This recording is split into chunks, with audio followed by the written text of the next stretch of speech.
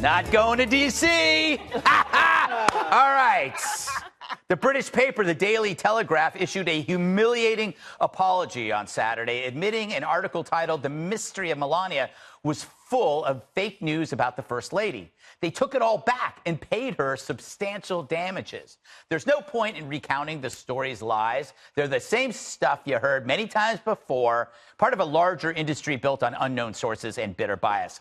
And it shows you the kind of year the media is having, and it's only been 3 weeks. But you have the BuzzFeed debacle, the Covington smear, layoffs at clickbait mills like BuzzFeed and the Huffington Post, CNN mocked for pretending they stumbled onto Roger Stone's arrest.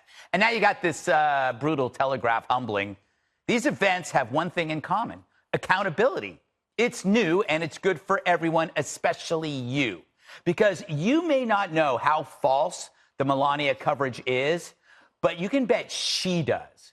And that's the point. You never know what fake news is until it's about you. Ask anyone who's ever been the subject of a story. Unless they're vacuous actors pumping a socially conscious film, it's never, ever good. It's why, love him or hate him, Trump's war with fake news makes the past 2 years worth it. His disruption has exposed the hidden levers in so many dark arts, from trade to immigration to copy editing and fact-checking. So if only one result from the Trump era is a media that thinks twice before destroying someone for fun and profit, then I'd call that a win, wouldn't you? All right. Every single person here has been the subject of a story. How close was the story to the facts? Oh, I mean, I was the subject of several, but when I left a particular show, I remember seeing something in the Daily Mail and reading it and being like, false, false. Yes. I would say 80% of it Right. was false. And they put just enough truth in there where there's like a tiny nugget of truth. And they count on you not doing anything. I didn't do anything about it because I was advised, leave Right. it. You're going to add fuel to the fire. You're going to draw attention to it. But the truth is, then you let it sit out there and it drives you crazy because you're like, this is not me. This is a false perception. And if anybody reads it, you don't want them to walk away thinking And it's that. forever. And it's forever. It sits up there. Infuriating. It sits up there. But to Jed's point, Jesse, if you it's why Trump is refreshing in that he actually is willing to go chase this thing like a dog and catch the car. Right. This is like Wikipedia is more accurate than some of this stuff, and they got basic facts wrong. I think Americans need to realize something, Greg. Journalists are not that bright. These people, they didn't graduate first in their class from Harvard. They live in small apartments in New York and D.C. They don't have a lot of money. So do most of us. They're boring people at parties. If you line them up between bankers and advertising executives and lawyers, they rank dead last on intelligence. Think about it. They get stuff wrong all the time. You are the king of generalizations. It's true. I mean, they call the White House Correspondents' Dinner Party a nerd prom because it's filled with nerds. These people aren't that intelligent, but they act superior, and they hate Donald Trump, and they're riddled with errors in their stories. And guess what? All of the errors make Republicans look bad. Why is it that they never make mistakes that make Democrats look bad? It's always on the other side. They make mistakes that make them look good. They make stuff up to make them look good. You know, Juan, when I asked in the break, I said, have you ever been the subject of a story, and how close was it to the truth? And you were like, ha! So it's happened to you, and you are a journalist. It's happened to you. Yeah, and by the way, I don't know about the small apartment. I better inform my wife and a bunch of people. You've done well for yourself.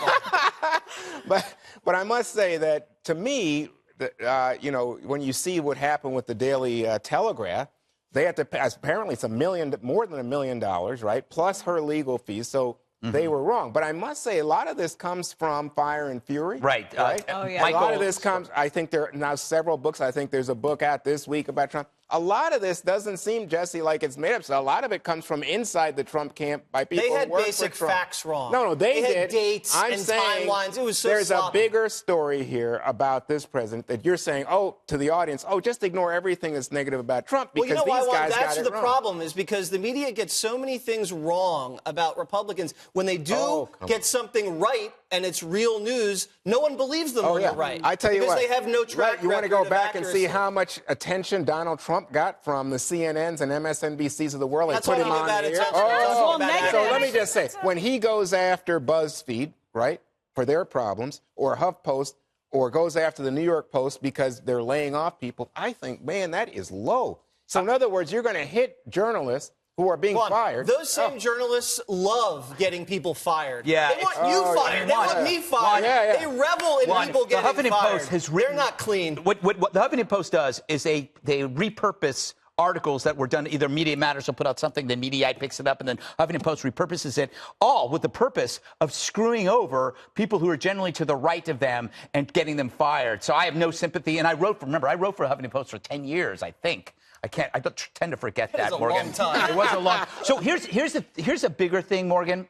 It used to be rare that Joe Blow would be a target of the media. Mm-hmm. But now we're in this era where anyone tangentially related to Trump, voting for Trump, supporting Trump, wearing a red hat at the Washington Monument, no one's safe. So I think it's important now that we really go to war. I think it's important that you bring that up because, when the whole Covington thing came out, I almost tweeted, just by watching the video, I almost tweeted and said, what are these kids doing? I did. I made a mistake. I stopped, and then I'm glad I did, and I waited a day and looked at the news. And then you said, wait a minute, there's a fuller story here. But if you talk more about media accountability writ large, Juan is right, actually. In the Republican primary, it was estimated in the general election in the 2016 campaign that Trump got probably, $2 billion worth of free media. So what I think is happening now is, even though they won't admit it out loud, I think it's guilt that they realize that they let him call into these TV shows on a daily basis. Mm-hmm. They showed every network showed all of the rallies live. They did all of these things. And now I think that these other networks and journalistic outfits